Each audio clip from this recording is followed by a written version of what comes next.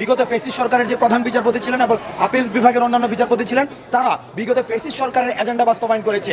অর্থাৎ একটি জনমুখী বিচার ব্যবস্থার পরিবর্তে তারা একটি সরকারি দলের এজেন্ডা বাস্তবায়নের জন্য সবসময় কাজ করেছে, যার কারণে এই সাংবিধানিক প্রতিষ্ঠানটির উপরে মানুষের অনাস্থা সৃষ্টি হয়েছে।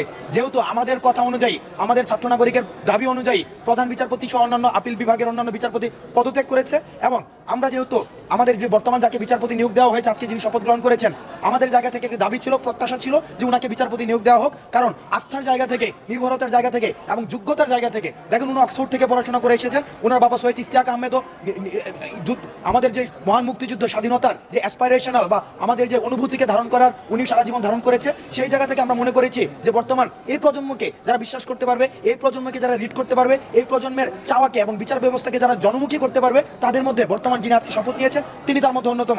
আমাদের কথা অনুযায়ী, আমাদের দাবি অনুযায়ী যেহেতু তাকে আজকে শপথ পাঠ করানো হয়েছে, প্রধান বিচারপতি হিসেবে নিয়োগ দেওয়া হয়েছে, ছাত্র নাগরিকের পক্ষ থেকে আমরা এই অন্তর্বর্তীকালীন সরকারকে আমরা ধন্যবাদ জানাই।